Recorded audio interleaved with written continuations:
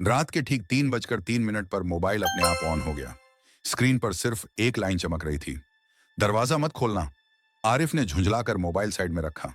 उसी पल थक थक थक, दरवाजे पर दस्तक। उसका दिल जोर से धड़क उठा। उसने घड़ी देखी, 3:03 सुबह। फिर आवाज आई, आरिफ, मैं हूं, दरवाजा खोलो। यह उसकी मां की आवाज थी, लेकिन उसकी मां तो 3 महीने पहले मर चुकी थी। आरिफ की सांस अटक गई। वो पीछे हटा। मोबाइल फिर वाइब्रेट हुआ। जो भी आवाज आए, मत खोलना। दरवाजे के नीचे से पानी अंदर आने लगा, काले रंग का, बदबूदार। फिर खरोंचने की आवाज, खरर खरर, जैसे नाखून लकड़ी पर चल रहे हों। बेटा, मुझे ठंड लग रही है। आवाज अब रोने लगी। आरिफ ने कान बंद कर ली, लेकिन तभी उसके कमरे की अलमारी खुल गई। अंदर एक और दरवाजा था, जो पहले कभी नहीं था। उस पर लिखा था, अगर डर लगे तो यहां छुप जाओ। उसने कांपते हाथों से दरवाजा खोला और अंदर घुस गया। अंदर पूरा अंधेरा। सी पीछे से अलमारी बंद हो गई। तभी सामने किसी ने फुसफुसाकर कहा, तू भी यहां आ गया। आरिफ पलटा।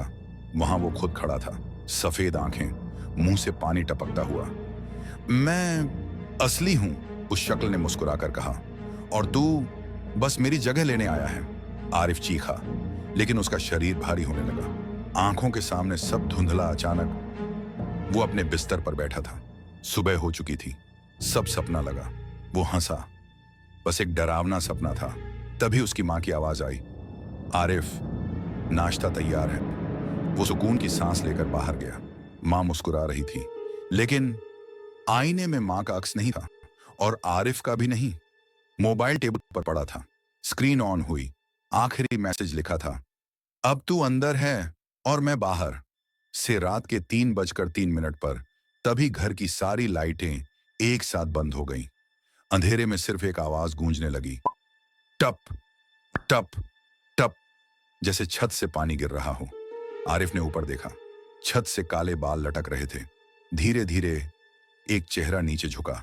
वही चेहरा, आरिफ का अपना चेहरा, लेकिन उसकी आंखें उलटी थीं और मुंह असामान्य रूप से खुला हुआ।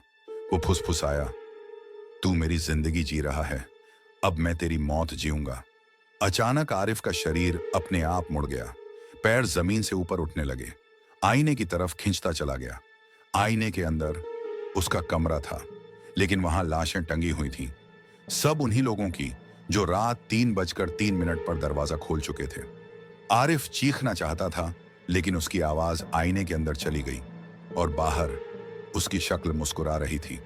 आईने पर उंगली से लिखा गया, अब अगली दस्तक तेरे नाम से होगी।